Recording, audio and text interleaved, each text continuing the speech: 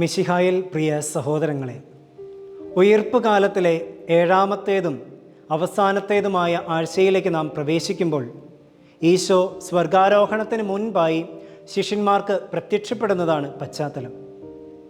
ഈ വചനഭാഗത്തു നിന്ന് രണ്ട് പ്രധാന ചിന്തകൾ നമുക്ക് ധ്യാനിക്കാം.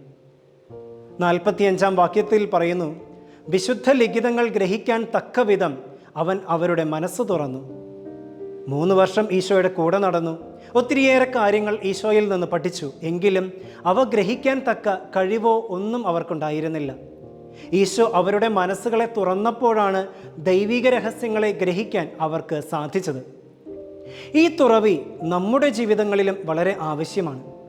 ദൈവിക രഹസ്യങ്ങളെ, ദൈവിക പദ്ധതികളെ മനസ്സിലാക്കാൻ അല്ലെങ്കിൽ അവ ഗ്രഹിക്കാൻ നമുക്ക് തുറവി ആവശ്യമാണ്. ആ തുറവിക്ക് ഏറ്റവും ആവശ്യം എളിമ എന്ന പുണ്യവുമാണ്.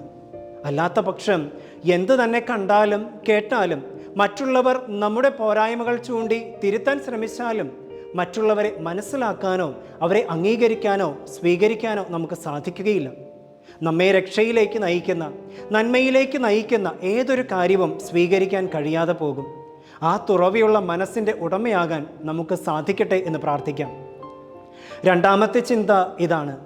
വചനം പറയുന്നു, അവർ അത്യധികം ആനന്ദത്തോടെ ജെറുസലേമിലേക്ക് മടങ്ങി. അവർ ദൈവത്തെ സ്തുതിച്ചുകൊണ്ട് സദാസമയവും ദേവാലയത്തിൽ കഴിഞ്ഞുകൂടി. ഒരു പക്ഷേ ഇനി ഒരിക്കൽ പോലും ഈ നഗരത്തിലേക്ക് വരില്ല എന്ന് ചിന്തിച്ചിരുന്നിരിക്കണം ശിഷ്യന്മാർ. കാരണം ഈശോയുടെ പീഡാനുഭവ സമയങ്ങളിൽ ശിഷ്യന്മാർ എല്ലാവരും ഗുരുവിനെ ഉപേക്ഷിച്ച് യഹൂദരെ ഭയന്ന് ഓടി ഒളിച്ചവരാണ്. ഈശോ കഴിഞ്ഞാൽ ഒരു പക്ഷേ അടുത്തത് തങ്ങളെയാണ് പീഡിപ്പിക്കുക എന്ന ഭയം അവരുടെ ഉള്ളിലുണ്ടായിരുന്നത് കൊണ്ടാണ് കഥ കടച്ചിരുന്നു എന്ന് വചനത്തിൽ നാം വായിക്കുക. എന്നാൽ ഇതാ ഇവിടെ ശിഷ്യ സമൂഹം അതേ നഗരം തന്നെ തങ്ങളുടെ ആദ്യ പ്രഘോഷണ വേദിയായി മാറ്റുകയാണ്. ദൈവിക ശക്തി അവരിൽ നിലകൊള്ളാൻ, പ്രതിസന്ധികളെ വേണ്ട വിധം നേരിടാൻ അവരുടെ ഹൃദയങ്ങളെ ദൈവത്തിന് അവർ തുറന്നുകൊടുത്തു. ആ നിമിഷം മുതൽ അവരുടെ ജീവിതത്തിൽ മാറ്റങ്ങൾ സംഭവിക്കാൻ തുടങ്ങി. കർത്താവിൻ്റെ ആശീർവാദം അവരിൽ കൂടുതൽ തീക്ഷ്ണതയും ശക്തിയും ധൈര്യവും ഉള്ളവരാക്കി തീർത്തു.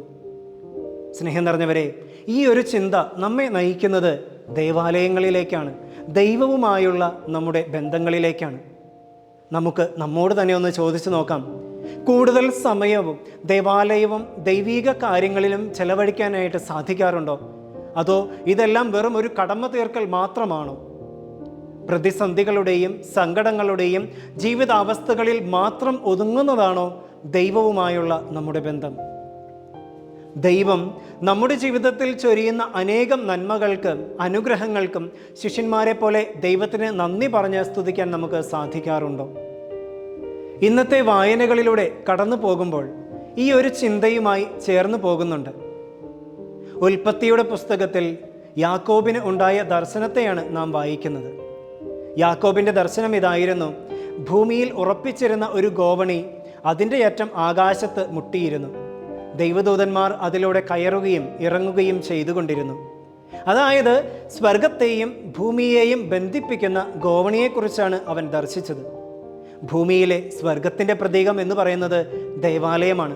അപ്പോൾ ശിഷ്യന്മാരെ പോലെ നാം യഥാർത്ഥ ദൈവാനുഭവത്തിൽ വളരണമെങ്കിൽ ദൈവവുമായി നല്ല ബന്ധം കാത്തു സൂക്ഷിക്കാൻ ആദ്യം വേണ്ടത് ഒരു തുറവിയുള്ള മനസ്സും ദേവാലയവുമായുള്ള നല്ല ബന്ധമാണ്. ഒരു നിമിഷം പ്രാർത്ഥിക്കാം. ഈശോയെ, ദൈവിക പദ്ധതികളെ തിരിച്ചറിയാനും മറ്റുള്ളവരെ നല്ല മനസ്സോടെ അംഗീകരിക്കാനും സ്വീകരിക്കാനും ഞങ്ങളുടെ മനസ്സുകളെ തുറക്കണമേ, അനുഗ്രഹിക്കണമേ.